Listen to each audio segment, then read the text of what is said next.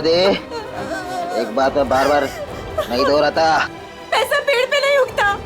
लोगों के घर में झाड़ू बर्तन पोछा करके ही पैसे कमाए हैं मैंने। ऐसे दारू में उड़ाने नहीं दूंगी। अपने पति से जवान लड़ाती है, जवान लड़ाती है तू। काकी, हाँ अब आपके घुटनों में दर्द तो नहीं है ना? हाँ बेटा, तूने जो घुटनों के लिए दवा दिया था ना, उससे मेरा घुटना बिल्कुल ठीक हो गया। नमस्कार। नमस्कार, कैसे है? बस ठीक है। हाँ, बड़ी बड़ी बड़ी। ये नीता जी है, नमस्कार। ये नमस्ते। इस चाल में रहते हैं। हाँ आइए। हमारे चाल के लोग ना बहुत अच्छे हैं, बहुत सपोर्ट करते हैं एक दूसरे को। हाँ अपने पति से जवान लड़ाती है, जवान लड़ाती है। ये सुनील और रेखा का फिर से किचकिच शुरू हो गया लगता है।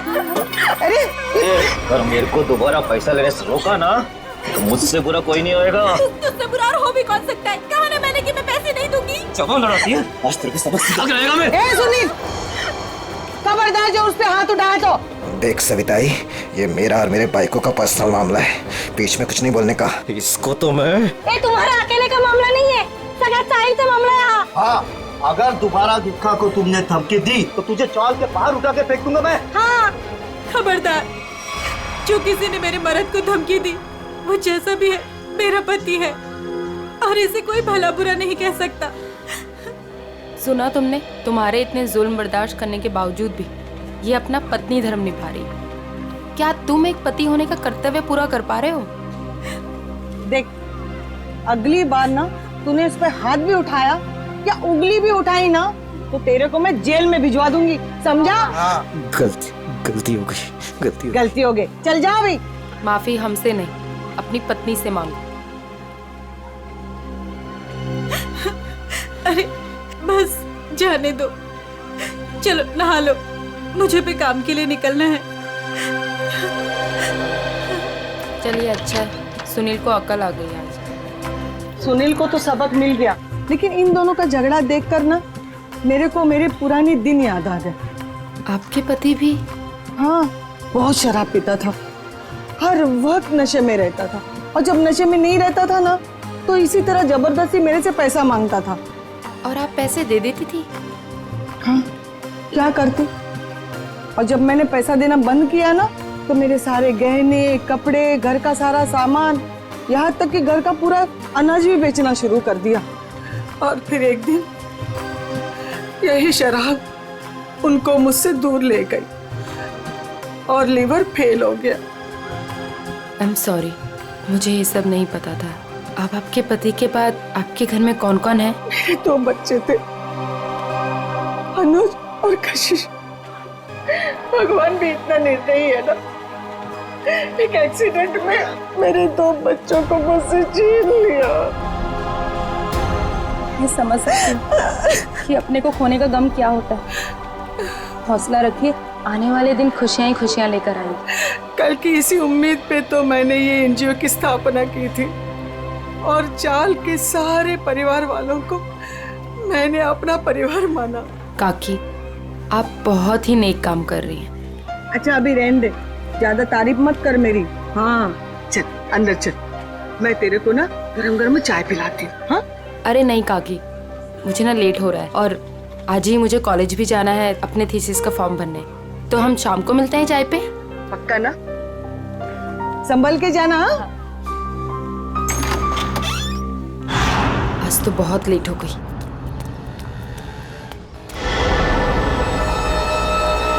ये तो वही लड़का है, आज तो इस रोमियो को सबक सिखा कर आऊंगी। हेलो ओ मिस्टर, हेलो, रुक, कब से मेरा पीछा कर रहा है? रुक, भागता कहाँ है? रुक। भाग गया, पता नहीं कहाँ कहाँ से आ जाते हैं। पर सविताई, मुन्नी को स्कूल भेजकर क्या फायदा? बाद में उसे शादी करके चूल्हा चौका ही तो संभालना है। यही तो गलत मानसिकता है उर्मिला।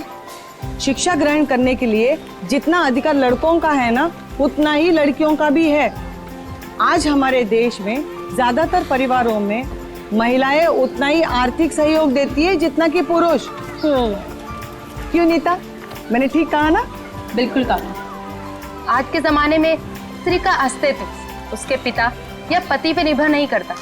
लड़की को भी पूरा अधिकार है कि वो अपनी पहचान बना सके और समाज के साथ कंधे से कंधा मिलाकर आगे बढ़ सके।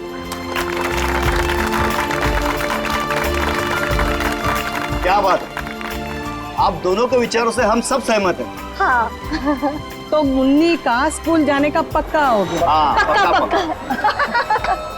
ये फिर से यहाँ आ गया। लगता है इसको सुबह की डांट का कुछ असर नहीं हुआ। कौन है ये नीता, तुम जानती हो?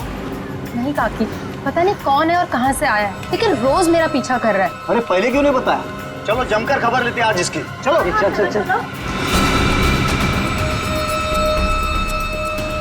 हेलो, तुम मेरा पीछा करते करते यहाँ तक आ गए? क्या कर रहे हो? चाहते क्या वहाँ? अरे कहाँ जा मैं रहे हैं? तुमसे बात कर रही हूँ। अरे सुनाई दे रहा है कि नहीं दे रहा है? क्या हो गया इसे?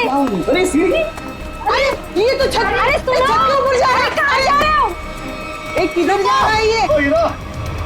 रुको। अरे एक क्या कर रहा है? अरे नीचे उतर। अरे खोपड़ी सटक ली है तुझी, क्यों जान देना चाहता है अपनी? अरे बोल ना कुछ। अरे बोल। मैं यहाँ कैसे आया? इधर क्या कर रहा हूँ मैं? तेरे को नींद में चलने की आदत है क्या? हाँ? कब से बुला रहे थे तेरे को? ड्रामा मत करो, बताओ कि मेरा पीछा क्यों कर रहे थे? मैं बात करती हूँ। बेटा देख, तेरे दिल में ना जो कुछ भी है सच सच बता दे। तू नीता को पसंद करता है क्या? वो बात नहीं है, मैं तो नीता जी का बॉडीगार्ड हूँ। इनके पिताजी ने मुझे इस काम पर रखा था कि इनकी मैं रक्षा करूं। उन्होंने ये भी कहा था कि इनको पता न चले। झूठ मत बोलो, मेरे पापा मुझसे बिना पूछे कुछ नहीं कर सकते। मैं सच कह रहा हूँ, ये मेरा आईडी कार्ड।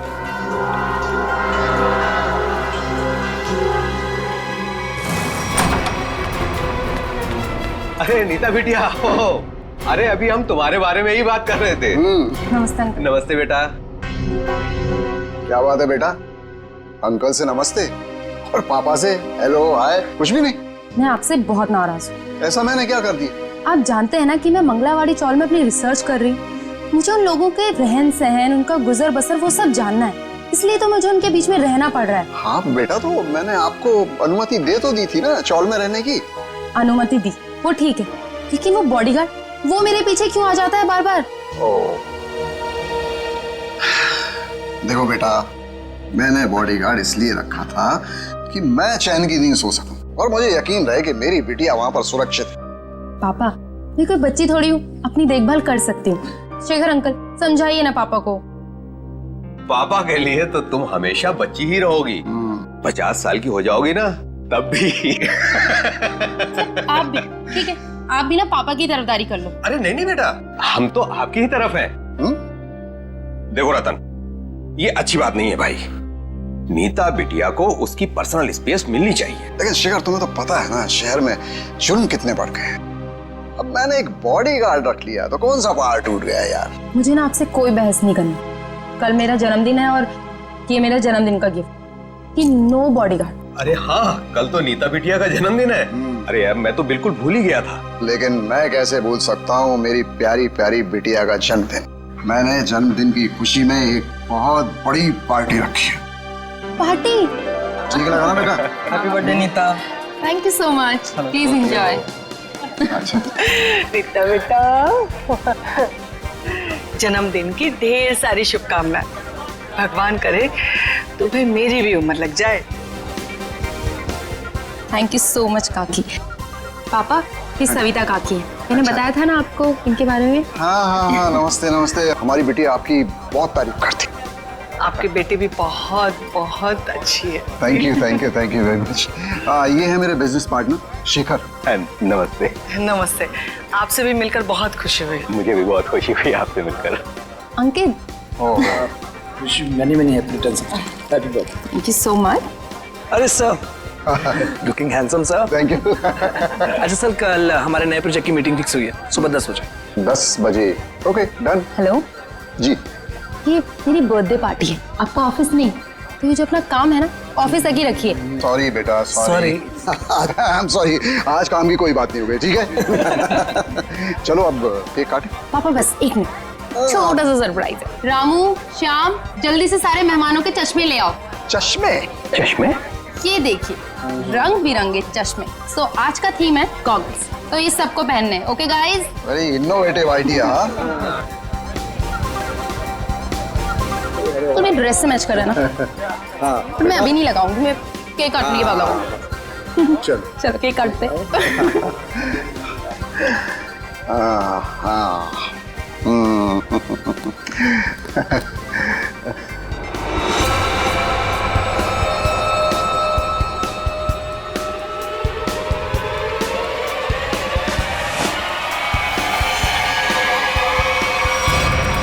गन?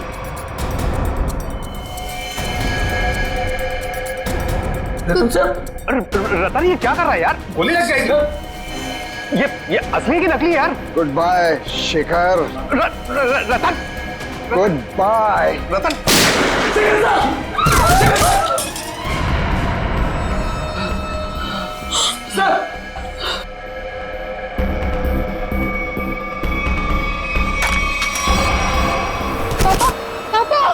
पापा ये तो बेहोश हो गए। ये अच्छा है, गोली मार के बेहोशी की एक्टिंग कर रहे हैं। अरे कोई एम्बुलेंस बुलाओ, शेखर जी को गोली लगी है। और सीआईडी को भी फोन करना पड़ेगा। Hello CID?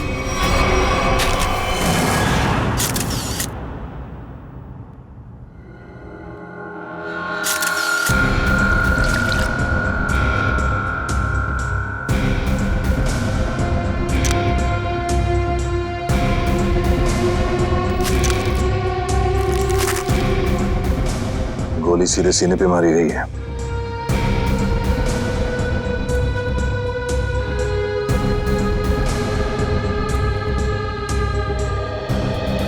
आप सबने देखा था रतन जी को गोली चलाते हुए शेखर जी पे? हाँ सर, हम तो हक्के बक्के रह गए ये देख के। इतनी अच्छी पार्टी चल रही थी, सब कितना एंजॉय कर रहे थे। पता नहीं अचानक रतन जी को क्या हो गया, उन्होंने गोली चला दी। जरूर मेरे पापा के खिलाफ किसी ने साजिश की, ऐसा कर ही नहीं सकते। रतन जी। हाँ सर। रतन जी को होश आ गया। उठाओ इन्हें। ये उठिए, चलिए उठिए। शेखर को क्या हो गया? सर क्यों भारी हो रहा है? पहले खून कर दिया इनका, अभी सर दर्द का बहाना कर रहे हो? हाँ ये नाटक बंद करो, उठाओ उठिए। ये आप क्या कह रहे हैं? मैंने किसी का खून नहीं किया। नीता बेटा क्या कह रहे हैं ये लोग, मेरी समझ में नहीं आ रहा है बेटा। पापा मुझे खुद समझ में नहीं आ रहा है कि ये सब हो क्या रहा है। समझ में आएगा, सबको बहुत जल्दी सबको समझ में आ जाएगा। निखिल, मयूर, घर की अच्छी तरह से तलाशी लो। यहाँ पे पार्टी में जितनी भी चीजें मौजूद है सबको उठा लो। जयंती सर, इस गन को फोरेंसिक लैब में भिजवा दो। रतन जी चलिए ब्यूरो चलते हैं। पापा ठीक तो है ना? पापा सर बैलिस्टिक्स रिपोर्ट आ गई। इसमें साफ साफ लिखा है कि शेखर को जो गोली लगी थी वो रतन जी के गन से चली थी, और उस गन पे जो उंगलियों के निशान मिले थे वो भी रतन जी के ही थे। कहिए रतन जी, क्या कहना है आपको इस बारे में? मेरे कुछ समझ में नहीं आ रहा सर। मेरा सर बहुत भारी हो रहा है।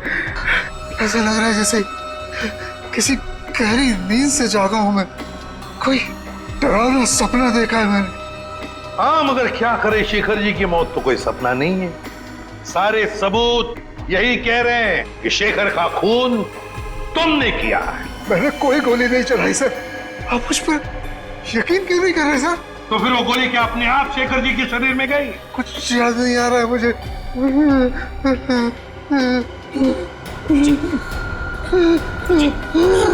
जी मैंने कहा था ना आपसे कि मेरे पापा दिल के मरीज हैं, उन्हें टेंशन मत दीजिए। सर मैं एम्बुलेंस को फोन करता हूँ। नहीं नहीं, अपनी गाड़ी में लेकर चलो, हॉस्पिटल में एडमिट करो जल्दी। चलिए। मैं भी चलती हूँ साथ में। नहीं आप नहीं जाएंगी, उन्हें पहले एडमिट होने दो, बाद में मैं भी चलूंगा तुम्हारे साथ। प्लीज सर, मेरे पापा को छोड़ दीजिए। अगर तुम्हारे पापा ने कुछ भी नहीं किया है तो उन्हें कुछ नहीं होगा। अच्छा एक बात बताओ, रतन जी का कोई झगड़ा वगड़ा था पहले से शेखर जी के साथ, या फिर कल पार्टी में कोई झगड़ा वगड़ा हुआ था? नहीं सर, वो तो पार्टी में बहुत एंजॉय कर रहे थे, अच्छा, क्या तुम्हारे पापा के बर्ताव में कुछ तुम्हें थोड़ा अजीब सा लगा? कभी आदमी कोई टेंशन में होता है या वैसे कुछ? हाँ सर, कोई झगड़ा तो नहीं हुआ था, लेकिन उनका मूड थोड़ा सा चिड़चिड़ा था और वो शेखर अंकल को कुछ कह भी रहे थे। तुमने काम सही से नहीं किया, वो वापस आ गया। वो वापस आ गया? ये कौन? सर नाम तो नहीं लिया था। अच्छा, ये बातचीत कब हुई थी दोनों के बीच? कल हुई थी, एनजीओ से लौटने के बाद। एनजीओ? कौन सा एनजीओ है ये? मेरी बड़ी बहन सानिया की मौत के बाद पापा ने एक एनजीओ खोला था, जहाँ पे हम गरीब लोगों को रोटी, कपड़ा और रहने के लिए छत देते हैं। कहाँ है ये एनजीओ? नमस्कार साहेब, मी कपिल, यहाँ एनजीओचा मॅनेजर आहे। आप ये बताएंगे कि इस एनजीओ में आप कब से काम कर रहे हैं? पहले दिन से, जब रतन जी ने सानिया मैडम की याद में इस एनजीओ की स्थापना की थी। फिर तो आप काफी करीब से जानते होंगे शेखर जी और रतन जी को। हाँ जी, एनजीओ में काम करने वाले सभी लोगों को अपना परिवार का सदस्य मानते थे। हमेशा आकर हमसे हमारे सुख दुख के बारे में पूछते थे और अपने सुख दुख बांटते भी थे। ये तो बहुत अच्छी बात है। फिर तो आप ये भी जानते होंगे कि शेखर जी और रतन जी के बीच में किस बात को लेकर टेंशन चल रही थी? नहीं साहब, ऐसा कहीं ना थे। वो दोनों बिजनेस पार्टनर कम और भाई समान ज्यादा थे। भाई समान थे? तो फिर रतन जी ने शेखर जी का खून क्यों कर दिया? जरा दिमाग पे जोर डालिए और सोच के बताइए कि शेखर जी और रतन जी के बीच में कुछ झगड़ा हुआ था या कुछ बहस हुई थी? ऐसा कई झाले नव्हते। लेकिन रतन जी की बेटी बता रही थी कि रतन जी और शेखर जी आपस में कुछ बातें कर रहे थे कि कोई आया है। कौन वापस आया है, कुछ पता है आपको? हाँ, वो ये दोनों यहाँ बात कर रहे थे इसके बारे में, जब मैंने उस अजीब घटना के बारे में बताया उन्हें। अजीब घटना? कैसी अजीब घटना? कुछ दिन पहले एक आदमी ने मुझे फोन किया था, कहा शेखर जी और रतन जी ने उसे काम पे रखा है और उसने अपना अपॉइंटमेंट लेटर मेल किया कंपनी के लेटरहेड पे, प्लीज चेक कर लीजिए। दूसरे दिन से वो काम पे आने लगा और सब फाइलें वगैरह चेक करने लगा। कौन सी फाइलें चेक कर रहा था? सारी फाइलें, टैक्स की फाइलें, अकाउंट्स की फाइलें, और हाँ, रतन जी और शेखर जी के जिंदगी के बारे में काफी सवाल पूछे। फिर क्या, बस लंच ब्रेक में खाना खाने के बहाने बाहर चला गया और वापस ही नहीं आया। जब भी मैंने इस घटना के बारे में दोनों बॉसेस को बोला तो उन्होंने कहा कि हमने किसी को काम पे रखा ही नहीं है। इतनी मेहनत करके आया था पूछताछ करने के लिए, जरूर इस जुर्म में उसका हाथ है। शेखर जी ने रतन जी को कहा कि वो वापस आ गया है, तुमने अपना काम बरोबर किया नहीं है। इस आदमी का चेहरा तो देखा था ना आपने, हमारे लिए स्केच बनवाई। साहिब, दरअसल बात यह है कि उस दिन मैं अपना चश्मा घर में भुलाया था और चश्मे के बगैर मुझे तो कुछ दिखता ही नहीं है। सामने कुर्सी पड़ी की गाड़ी पड़ी, मेरे को वो भी नहीं दिखता। सर, एक बात तो तय है, ये जरूर इन दोनों के अतीत से जुड़ा हुआ ही कोई आदमी है। एग्जैक्टली, इसीलिए तो बड़ी आसानी से इस अनजान आदमी को उन्होंने पहचान लिया। इस नए मोहरे से जल्द मिलना होगा। सर, हाँ, पता चला एनजीओ से किसका फोन था जिसकी वजह से इन दोनों के बीच में अनबन हो गई? सर, एनजीओ वालों को उसका नाम तो नहीं मालूम, लेकिन उनका कहना था कि कोई आदमी आया था, अनजान आदमी, जो काफी सवाल जवाब कर रहा था वहां। यह आदमी जरूर रतन ने जो अपने बेटी सानिया के नाम पे एनजीओ चलाया उसी से संबंधित है। रतन और शेखर दोनों इस आदमी के बारे में जानते थे और इसीलिए इन दोनों के बीच में बहस हो गई। सर, कहीं ये जो भी चीजें हो रही हैं, इन सबका संबंध सानिया की मौत से तो नहीं? नीता, बेटा एक बात बताओ, तुम्हारी बहन की मौत कैसे हुई? दीदी ने आत्महत्या की थी। क्यों? मालूम नहीं। मालूम नहीं मतलब? मैं उस वक्त हॉस्टल में थी, घर पे क्या हो रहा है क्या नहीं, सबसे अनजान। अच्छा, जब आपकी बहन ने आत्महत्या की तो उस वक्त क्या आप हॉस्टल में थी? उस वक्त तो मैं घर पे थी, छुट्टियां मनाने के लिए आई थी। मुझे आज भी वो दिन याद है जब मैं और पापा मॉल से शॉपिंग कर आए और जैसे ही पापा ने दरवाजा खोला। सानिया बेटा, सानिया, सानिया! नीता, क्या तुमने अपने पापा से पूछा नहीं, जानने की कोशिश नहीं की कि क्यों तुम्हारी बहन सानिया ने ऐसा कदम उठाया? पूछा था सर, बहुत बार, लेकिन पापा हमेशा यही कहते थे कि तुम्हें इस बारे में जानने की जरूरत नहीं, और वो रोने लगते थे। इसलिए मैंने इस बारे में कभी उनसे बात नहीं की। मगर किसी को तो पता होगा ना क्या तकलीफ थी सानिया को। कोई खास दोस्त न कोई तो। आया जी थी, वो हमेशा उनके साथ रहती थी। उसकी जिंदगी के पहले दिन से लेके आखिरी दिन तक वो हमेशा दीदी के साथ रही है। जी, ये आया रहती कहाँ है? उसी चौल में जहाँ मैं रिसर्च कर रही हूँ। अभी भी पापा उनकी तनख्वाह हर महीने बराबर पहुँचा देते हैं। क्या चल रहा है तुम्हारा? अभी तक गिनती चालू है? आई एम सॉरी सर, पता नहीं क्यों मगर मुझे एक चश्मा कम लग रहा है। एक चश्मा कम लग रहा है मतलब? सर पार्टी में 20 लोग आए थे। हाँ। मैं कम से कम 5 बार गिन चुका हूँ, हर बार 19 चश्मे बता रहे। तो फिर एक चश्मा कहाँ गया? पता नहीं सर। जी बिल्कुल सही कह रहे हैं, जो चश्मा मेरे पापा ने पहना था वो तो इसमें है ही नहीं। पापा का चश्मा कहाँ गया? सर हो सकता है जब पापा बेहोश हुए हो तो कोई लेकर चला गया हो। कमाल है सर, पार्टी में खून हो जाता है मगर फिर भी किसी को चश्मा चुराने की सूझी। एक बात और सर, बिल्कुल उसी तरह का चश्मा मेरे बॉडीगार्ड ने भी पहना था जब वो चौल की छत से कूदकर खुदकुशी करने वाला था। एक मिनट, तुम्हें कैसे पता चला कि वो वही चश्मा था जो तुम्हारे पापा ने पहना था? क्योंकि मैंने उसे पहले भी देखा है, वो कभी चश्मा नहीं पहनता, लेकिन उसने चौल की छत से जब वो कूद रहा था तो उसने उसी तरह का चश्मा पहना था। वो चश्मा ही मनूस है। सर इस चश्मे का खून के साथ क्या कनेक्शन हो सकता है? सचिन, कोई ना कोई कनेक्शन तो जरूर है। कुछ ना कुछ तो गड़बड़ है, कुछ ना कुछ तो गड़बड़ है इस चश्मे को लेकर। क्या नीता, क्या हमारे लिए तुम्हारे पिताजी के गॉगल का जो डिजाइन है वो बनवा सकती हो हमारे स्केच आर्टिस्ट से? जरूर सर। उन दोनों को कनेक्ट कर।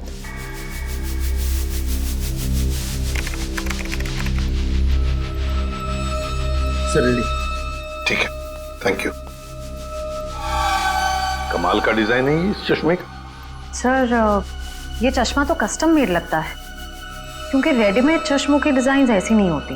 हाँ श्रेया, ये ऑर्डर देख के डिजाइन देखकर बनाया गया चश्मा है ये।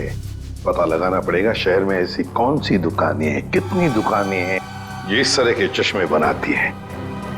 फिर सानिया की आया के बारे में भी पता लगाना पड़ेगा। हेमलता जी। कौन है? आप सानिया की आया थी ना? हाँ, पर आप लोग? देखिए हम सीआईडी से। सीआईडी? माफ करना माँ जी, हम लोग ने आपको परेशान किया। ठीक है बेटा, दिवस भर में आराम ही करती हूँ, पर आप लोग यहाँ कैसे? देखिए हेमलता जी, आप सानिया की आया रही बचपन से, है ना? और फिर सानिया ने आत्महत्या भी की, ये तो आप जानती ही हैं। अब ये जानना चाहते हैं कि क्यों सानिया ने क्यों आत्महत्या की।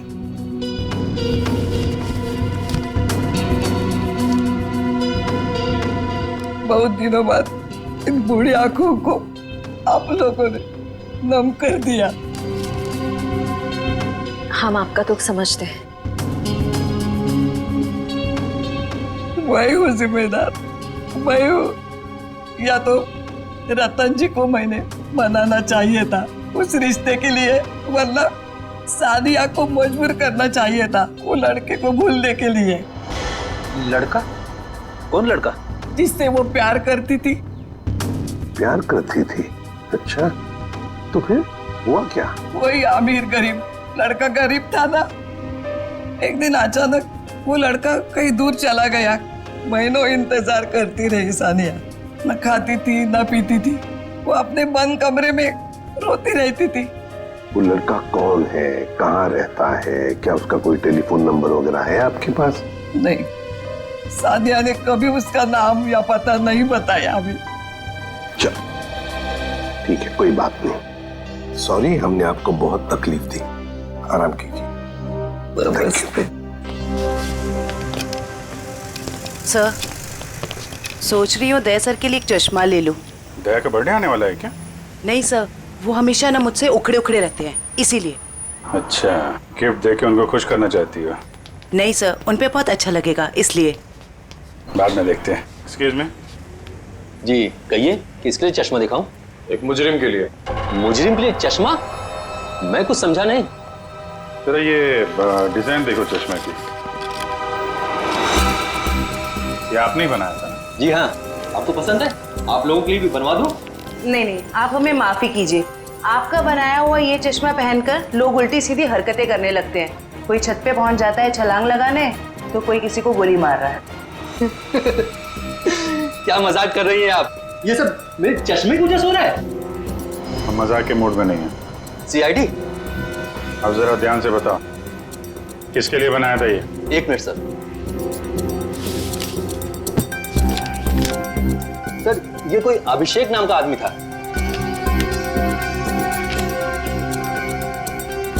क्या बात है सर, नाम भी है, एड्रेस भी और फोन नंबर भी है। कॉल करो जी।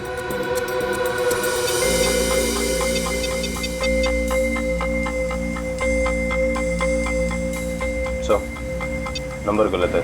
गलत? लगता है एड्रेस भी गलत है। दिल दरिया कॉलोनी। दिल दरिया कॉलोनी कभी सुना है आपने? कहीं कहाँ पे है मुंबई में? सॉरी सर, मैंने एड्रेस ठीक से देखा नहीं था। आंखों का बिजनेस करते हो तुम? आदमी को तो देखा होगा ठीक से। दरअसल सर, मैं उस वक्त दुकान पर नहीं था। मेरा कारीगर जगनलाल था, उसने ही अभिषेक को देखा था।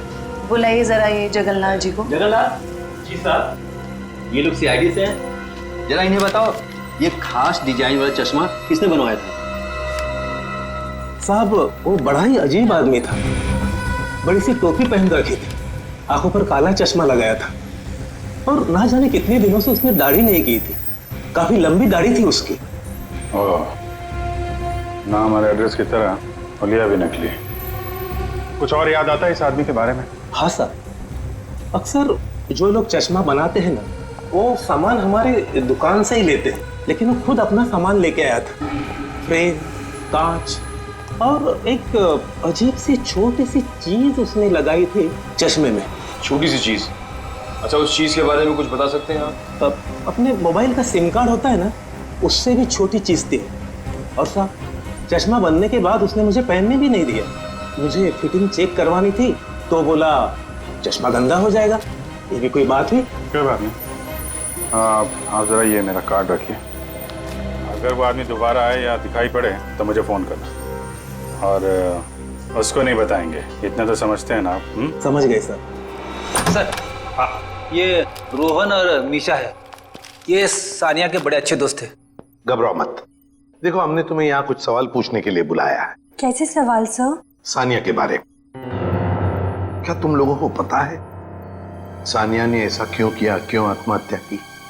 पता नहीं सर, अगर उसे कोई प्रॉब्लम होती तो हम जरूर उसकी मदद करते, लेकिन ऐसा कुछ नहीं था सर।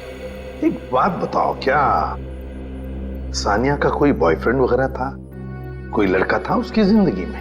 हाँ सर, एक लड़का तो था, मगर उसने कभी हमें उससे मिलवाया नहीं। क्यों? पता नहीं सर, वो बोली सब कुछ ठीक हो जाने के बाद सबको बताएगी। बहुत सीरियस थी उसको लेकर, शादी करना चाहती थी उससे। अच्छा, क्या नाम क्या था उस लड़के का? नहीं सर, उसके बारे में कुछ भी नहीं बताया था। पर हाँ सर, वो कॉलेज खत्म होने के बाद मंगलावाड़ी चौल जाती थी। एक दो बार तो मैंने खुद उसे वहाँ पे छोड़ा था। वहाँ पे एक लड़का बाइक पे हेलमेट पहने उसका इंतजार किया करता था। मंगलावाड़ी?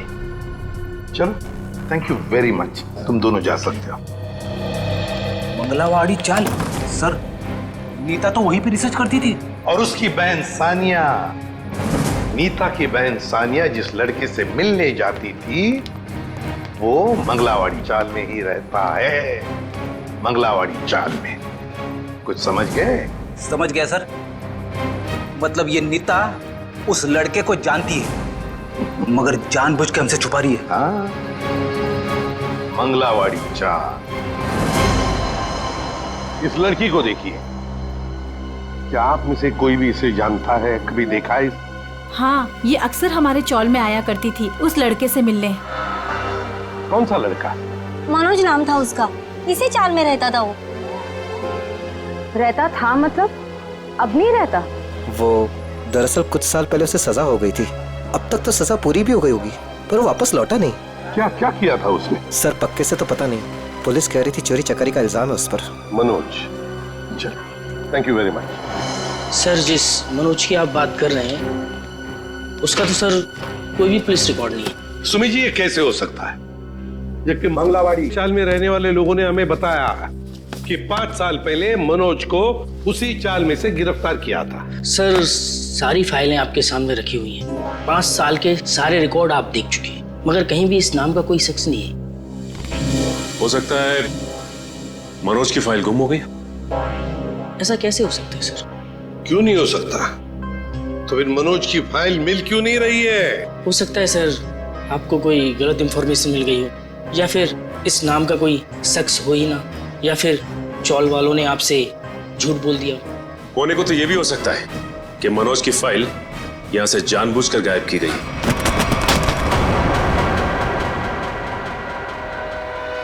रवि जी, क्या हुआ? तबीयत बिगड़ गई क्या? ये अचानक पसीना क्यों आने लगा? अरे कांपने क्यों लगे तुम? और अचानक ये फाइल छूट कैसे गई तुम्हारे हाथ से? नहीं सर, ऐसी कोई बात नहीं है। हमसे कोई भी कुछ भी छुपा नहीं सकता। बताओ क्या बात है? भागता किधर? लगता है सर ये बिना दवा खाए इसकी बीमारी ठीक होगी नहीं।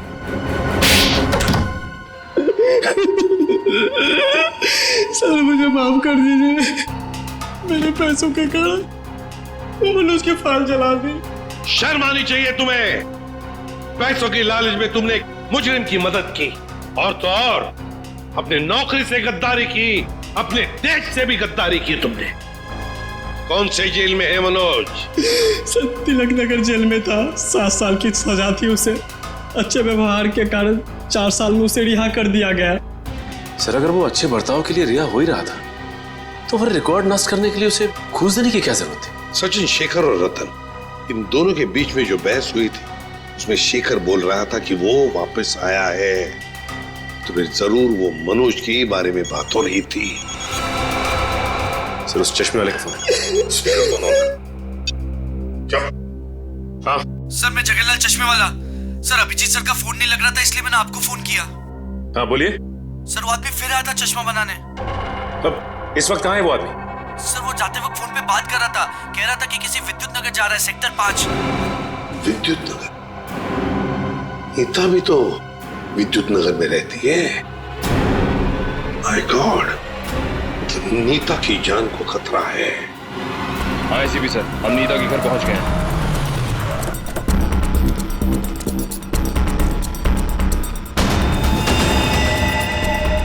ओह नो, ये नीता छत पे क्या कर रही है? इसे रोकना होगा। नीता!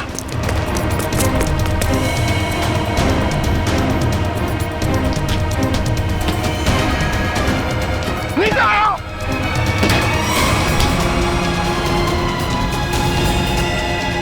तो हटो।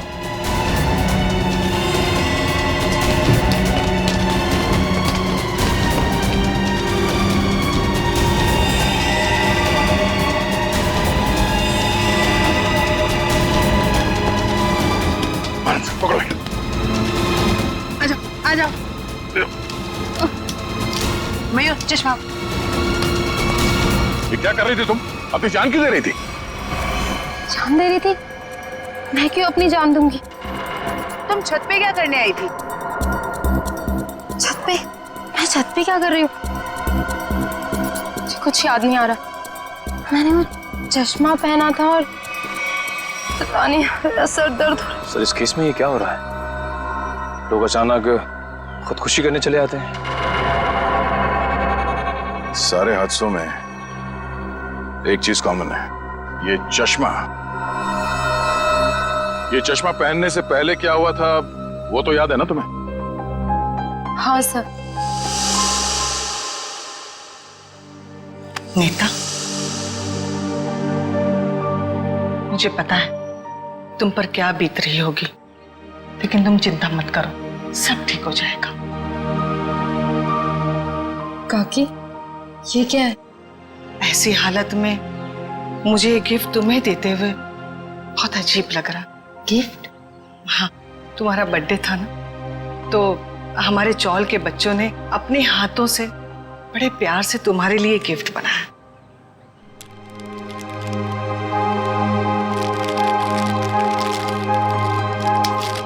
सुषमा,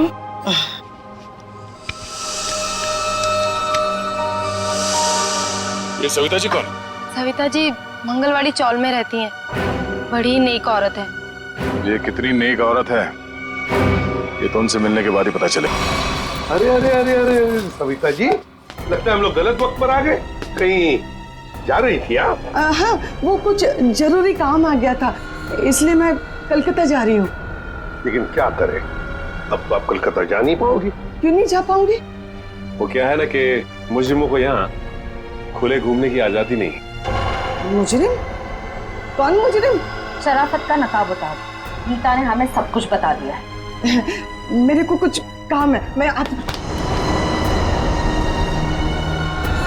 अब तक तुम्हारी उम्र का लिहाज कर। मुझे सख्ती बरतने पे मजबूर मत करो प्लीज। बताइए। मैंने जो कुछ किया अपने बच्चों के मौत का बदला लेने के लिए किया। बच्चों की मौत का बदला? हाँ, नीता के पिता रतन ने मेरे दोनों बच्चों को मार डाला अपने बिजनेस पार्टनर शेखर की मदद लेके। जान ली? लेकिन क्यों? क्योंकि उसको गलतफहमी हो गई थी कि मेरा बेटा तनुज वही लड़का है जिसे उसकी बेटी सानिया प्यार करती थी। क्यों हुई ऐसी गलतफहमी? क्योंकि एक दिन तनुज सानिया को घर छोड़ने गया था तो रतन ने देख लिया और वो गलत समझ बैठा। फिर शेखर ने गुंडे भेजे इधर मेरे घर पे मेरे दोनों बच्चे तनुज और कशिश को मार डाला। मैं उस टाइम पे घर पे नहीं थी इसलिए जिंदा बच गए। पर नीता ने क्या बिगाड़ा था तुम्हारा? उसे क्यों सजा दी तुमने? क्योंकि रतन ने मुझसे मेरे बच्चे छीने साहब। उसको वही दर्द देना चाहती थी। मनोज कहाँ पर है? मनोज? कौन मनोज? वही मनोज जिसने तुम्हें बदला लेने में मदद की थी। साहब मेरे को नहीं मालूम। बताना तो पड़ेगा ही। ये जादू वाला चश्मा कहां से बनवाया? मनोज कहां पर है?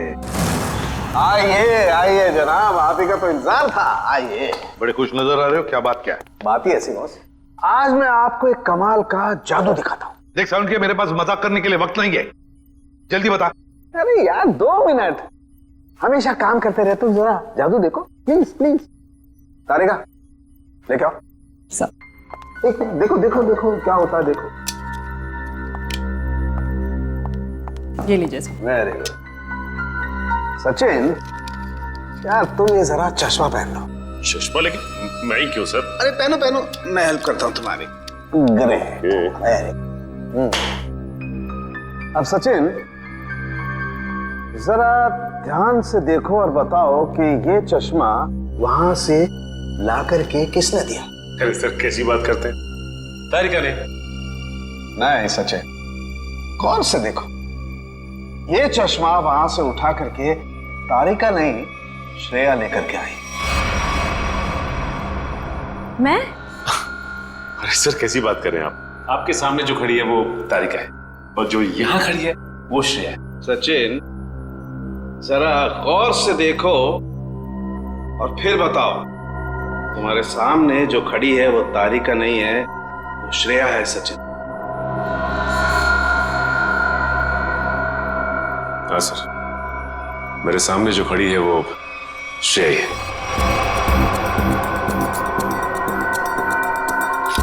सचिन ये मेरी गन लो और तुम्हें इस गन के साथ क्या करना है सचिन तुम जानते हो ना? हाँ सर, मुझे अच्छी तरह से मालूम है कि इस गन के साथ क्या करना है। सड़के कुछ नहीं होगा। सड़के ऐसी मजाक मत कर प्लीज बिलीव मी। हाँ सचिन, तो पता है ना तुम्हें क्या करना है इस गन से? हाँ सर पता है।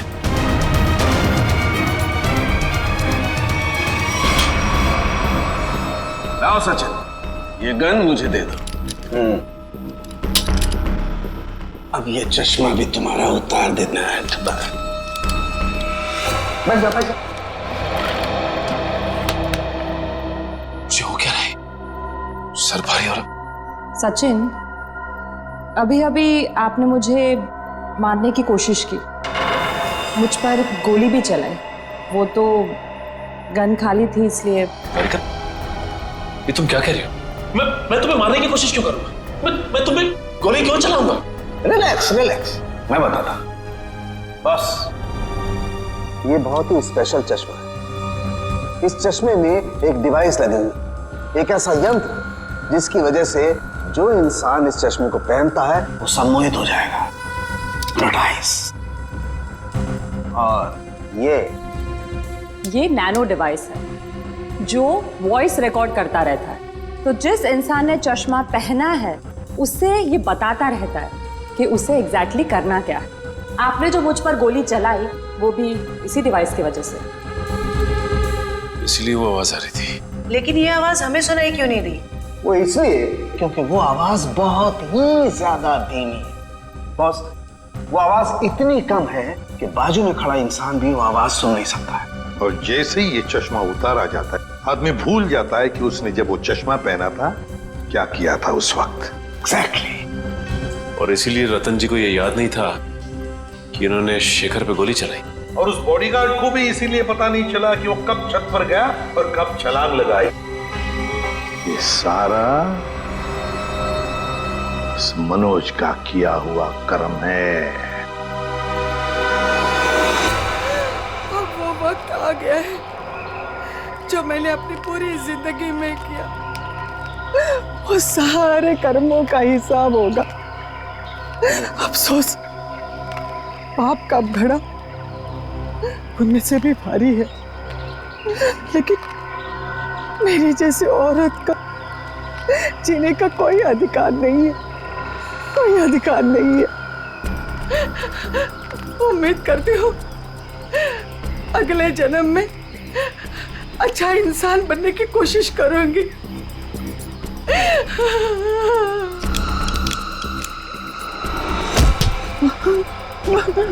ये क्या कर रही है? उतार चश्मा, उतार। मेरा बच्चा आ गया। तूने जहर पिया? आई, ये क्या किया तूने? मेरे को नहीं पता मैंने ऐसा क्यों किया। बेटा मेरे को माफ कर दे, हमारे साथ इतना ही था। नहीं आई नहीं, आई।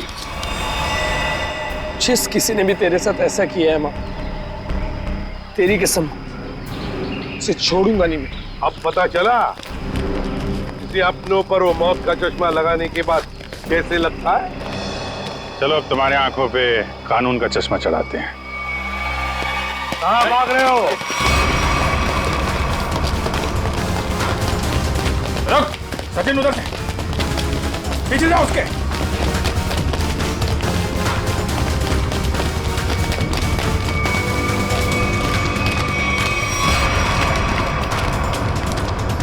Wish you many happy returns of the day. Happy birthday. so much. अब जेल की चक्की पीसने की तैयारी करो। सविता जी भले मेरी असली माँ ना थी, पर वो मेरे लिए मेरी माँ से भी बढ़कर थी। उनके बच्चों के मरने के बाद उन्होंने मुझे ही अपना बेटा माना था।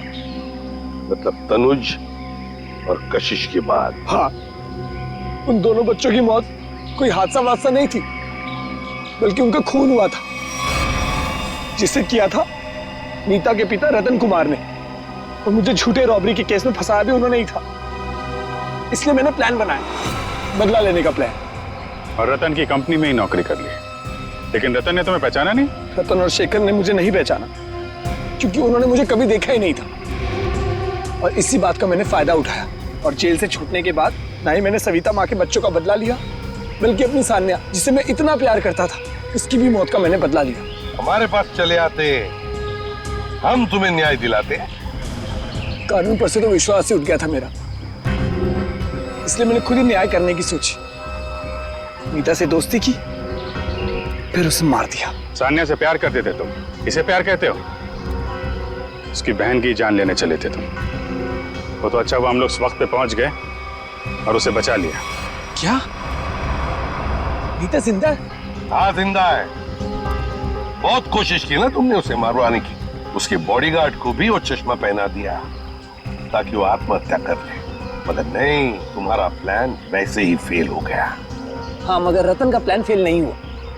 मैंने वेटर के जरिए उसे खूनी चश्मा पहनाया और उसी के जरिए उसी के दोस्त को मरवा दिया।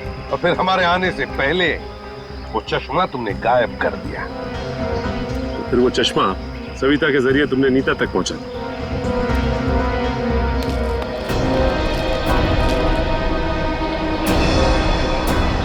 माँ, तू जिंदा है? मैं जिंदा हूँ। मेरे को माफ कर दो मनोज बेटा, ये सब कुछ मुझे सीआईडी को बताना पड़ा। इन्होंने जो कुछ भी किया हमारे कहने पे किया। अपना बदला पूरा करने के लिए तुमने बहुत नाटक किया और तुम्हारी असलियत सामने लाने के लिए हमने भी ये छोटा सा नाटक किया। क्या मिला तुम्हें? इस बदले की आग ने तुम्हें कहां से कहां पहुंचा दिया। अब जेल की सलाखों के पीछे सड़ते बैठना। कानून तुम्हें कड़ी से कड़ी सजा देगा, शायद फांसी ही होगी।